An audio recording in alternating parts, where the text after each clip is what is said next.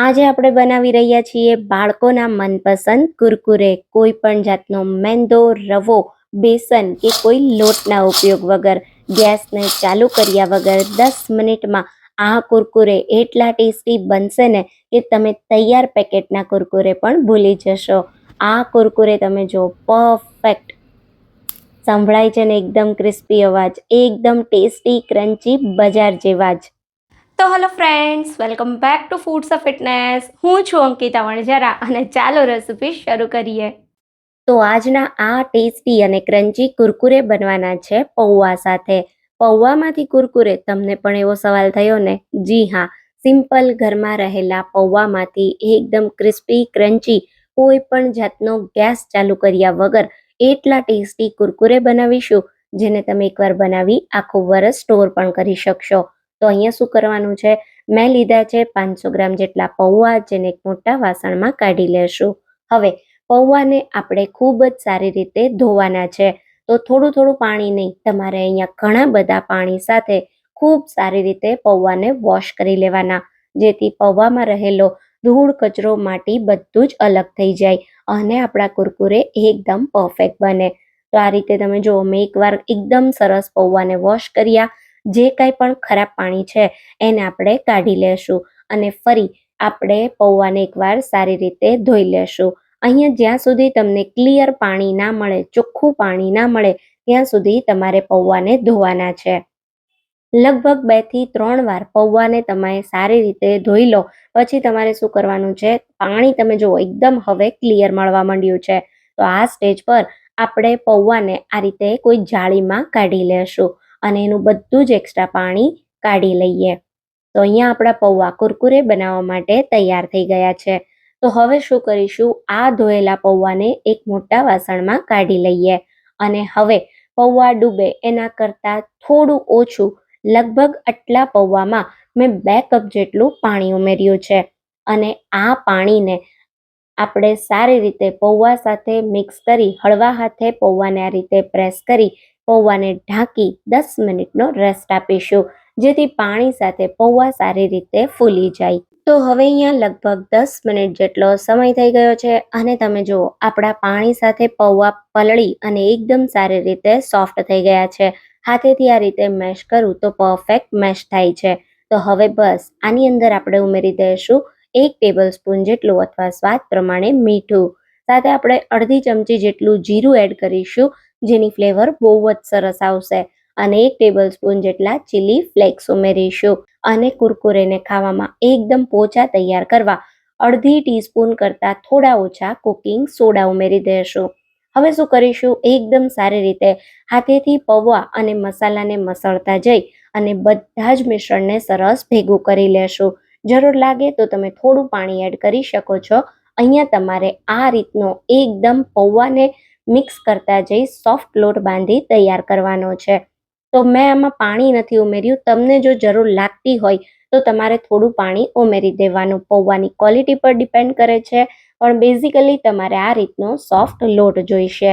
તો હવે આ જે લોટ છે એમાંથી આપણે થોડો લોટ કાઢી લેશું અને એને આ રીતની પાઇપિંગ બેગમાં ભરી દેશું. કુરકુરે તૈયાર કરવા આ રીતની જો પાઇપિંગ બેગ ના હોય તો તમે સિમ્પલ ઘરમાં આવતા દૂધના પેકેટમાં પણ લોટને ભરી અને એની અંદર પણ તમે કુરકુરેને બનાવી શકો છો. તો હવે શું કરીશું, બેગને આ રીતે ઉપરથી થોડી કટ કરી લેશું અને તમને જે પણ સાઈઝના કુરકુરે જોવે એ સાઈઝના કુરકુરે કોઈ પ્લાસ્ટિક શીટ પર આ રીતે પાડી દેશું. તો એકદમ આસાનીથી 5 થી 10 મિનિટની અંદર તમારા કુરકુરે પડી જશે. અચ્છા, કુરકુરેની સાથે સાથે તમને હજી પણ બતાવી દઉં, તમારે આપણે જેમ ચોખાના ખીચુમાંથી પાપડી તૈયાર કરતા હોઈએ કે પછી વેફર બનાવતા હોઈએ, એ રીતની વેફર તૈયાર કરવી હોય તો તમે એ પણ કરી શકો. પાપડી ગાંઠિયાની જાળી સેટ કરી દેવાની અને અંદરથી સંચાને તેલથી ગ્રીસ કરી લોટને આ રીતે સંચામાં ભરી અને પ્લાસ્ટિક શીટ પર આ રીતે આપણે પાપડીને પાડી લેશું. તો આ પાપડી પણ કુરકુરે જેટલી જ ખાવામાં ટેસ્ટી લાગે છે. ચોખાની વેફર તો આપણે બધા બનાવતા જ હોઈએ.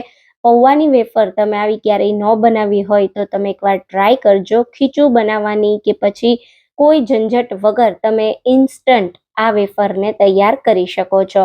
અને મજાની વાત કહું તો આ વેફર અને કુરકુરેને સૂકવવા તમારે કોઈ તડકાની પણ જરૂર નથી. અડધા દિવસમાં જ ખૂબ સારી રીતે પૌવાના કુરકુરે અને વેફર સારી રીતે સુકાઈ જશે. અહીંયા તમે જુઓ, મેં બધા જ કુરકુરે અને વેફરને પાડી લીધા છે. પંખા નીચે કે પછી ઘરમાં એક દિવસ માટે આને સુકાવા દો. જ્યારે આ સરસ સુકાઈ જશે ને ત્યારે આવા એકદમ ક્રિસ્પી થઈ જશે. અહીંયા તમે જુઓ, આ રીતે તમને તોડીને બતાવું તો પરફેક્ટ ક્રિસ્પી પૌવાના કુરકુરે સુકાઈ ગયા છે.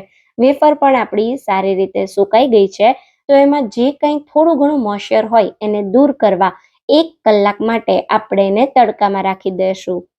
તો મેં પૌવાની વેફર અને કુરકુરેને 1 કલાક તડકામાં સૂકવી દીધા અને હવે તમે જુઓ, પરફેક્ટ ક્રિસ્પી આપણી વેફર અને કુરકુરે સુકાઈને થઈ ગયા છે. હવે આને કોઈ પણ એરટાઇટ કન્ટેનરમાં, જેમ આપણે આખા વર્ષની વેફર અને પાપડને સાચવતા હોઈએ, બસ બિલકુલ એ જ રીતે એરટાઇટ કન્ટેનરમાં તમે સ્ટોર કરી શકો છો. હવે હું તમને આ બંને વસ્તુને તળીને બતાવું તો તમે જુઓ, મીડિયમ ગરમ તેલમાં કુરકુરે ઉમેરતા જ કેટલા સરસ ફૂલ્યા અને તમે એનો શેપ્સ જુઓ. ચાહે એકદમ સરસ ટેડામેડા જેવા બજારના તૈયાર પેકેટમાં કુરકુરે મળે એવા જ કુરકુરે ઘરે તૈયાર થશે, એ પણ હેલ્ધી રીતે અને કોઈ પણ જાતની મહેનત વગર. તો આપણે આ કુરકુરેની અંદર મીઠું અને ચીલી ફ્લેક્સ એડ કર્યા જ છે, એટલે એનો સ્વાદ એકદમ સરસ આવે છે. તો આ રીતે થોડા કુરકુરે તળાઈ જાય એટલે તમને મનગમતા કોઈ પણ મસાલા તમે કુરકુરેમાં ઉમેરી શકો છો. મેં અત્યારે સિમ્પલ આ જે કુરકુરે છે એની અંદર પેરી પેરી મસાલો ઉમેર્યો છે. તમે ચાહો તો મેગી મસાલો ઉમેરી શકો છો, અથવા તો તમે ચાહો તો જો તમારી પાસે થોડો લસણ ડુંગળીનો પાવડર હોય તો એ સ્પ્રિંકલ કરી શકાય. સાથે તમે બેઝિક મસાલા હળદર, મીઠું, થોડું લાલ મરચું પાવડર, આમચૂર પાવડર, સંચળ પાવડરને મિક્સ કરી મસાલો બનાવી કુરકુરે પર સ્પ્રિંકલ કરી શકો છો. અત્યારે તમે તૈયાર થયેલા કુરકુરે જુઓ, બન્યા છે ને એકદમ બજાર જેવા પરફેક્ટ, એકદમ ખાવામાં પોચા અને બહુ ટેસ્ટી ક્રિસ્પી. આ કુરકુરે એકવાર બનાવશો ને તો મારી ગેરંટી છે કે બજારના તૈયાર પેકેટના કુરકુરે તો બાળકોને ક્યારેય નહીં ખાવા દો. હવે હું તમને વેફર પણ તળીને બતાવું તો અહીંયા તમે જો, એકદમ સરસ વેફર તેલમાં ઉમેરતા જ ફૂલીને એની સાઈઝમાં ડબલ થઈ ગઈ. પરફેક્ટ ક્રિસ્પી ક્રન્ચી આપણી પૌવાની વેફર પણ તૈયાર છે. તો તમને આજની આ કુરકુરે અને વેફરની રેસિપી કેવી લાગી એ મને કમેન્ટમાં જરૂરથી કહેજો. જો તમને મારો આજનો વિડીયો ગમ્યો હોય તો વિડીયોને વધારેમાં વધારે લાઈક અને શેર કરજો. તો ફરી મળીશું એક નવી રેસિપી સાથે. ત્યાં સુધી થેન્ક યુ ફોર વોચિંગ.